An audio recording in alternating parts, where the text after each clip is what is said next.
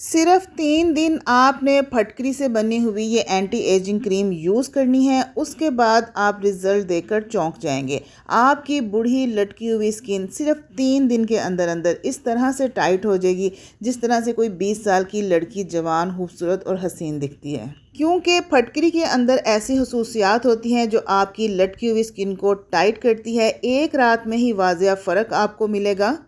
ये क्रीम ना सिर्फ आपको जवान और खूबसूरत बनाएगी बल्कि आपकी स्किन के ऊपर अगर दाग धब्बे हैं, पिंपल्स हैं, ओपन पोर्स हैं, झुर्रियाँ हैं, छाइयाँ हैं, स्किन के हर किस्म की प्रॉब्लम को ये सॉल्व करने की ताकत रखती है और ग्लो ऐसा आएगा कि आपके साथ साथ देखने वाले भी आपसे ये राज ज़रूर पूछेंगे। अस्सलाम वालेकुम माय किचन क्वींस, कैसी हैं आप सब। वेलकम करती हूँ आपको किरण कुकोलॉजी में। तो आपने 10-20 रुपए की फटकरी ले लेनी है, उसको दरदरा सा कूट लेना है और फिर तवे के ऊपर उसको डालकर लो टू मीडियम फ्लेम के ऊपर ड्राई रोस्ट करना शुरू कर देना है। फ्लेम आपने बिल्कुल लो रखना है और इसको मेल्ट होने देना है। स्टार्टिंग में ये पानी बनेगा, जैसे जैसे इसको हीट लगेगी तो फिर ये सॉलिड हो जाएगा, मतलब कि ये हार्ड हो जाएगा और वाइट हो जाएगा।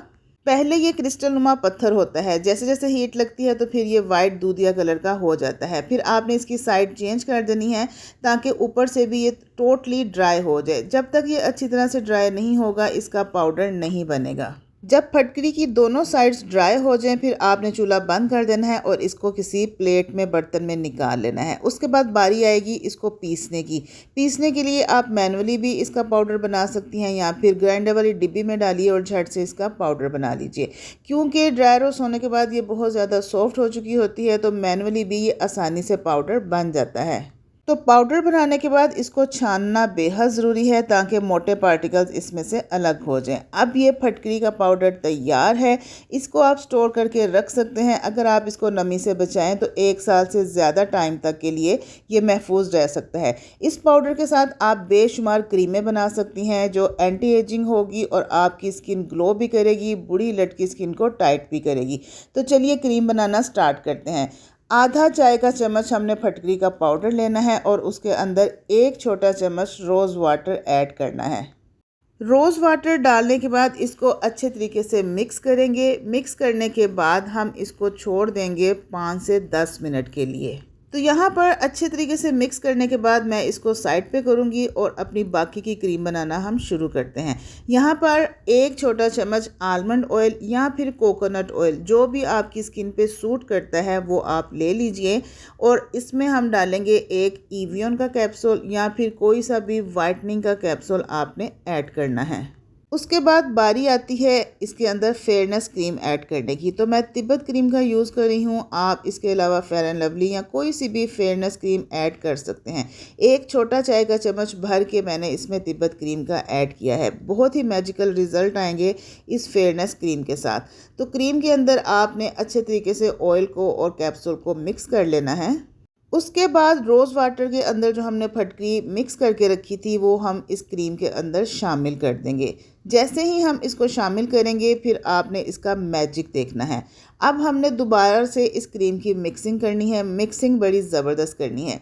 जैसे जैसे आप मिक्सिंग करेंगे आप देखेंगे कि इसका रंगत भी बदल रही है और इसकी जो एक लुक होती है ना, जो टेक्सचर होता है वो भी चेंज हो गया है। जिस तरह से हम मलाई को जाग लगाते हैं और फिर उसका मक्खन बनाते हैं ना, सेम ऐसे ही आपको लगेगा कि आप जैसे कोई मक्खन मलाई तैयार कर रहे हैं।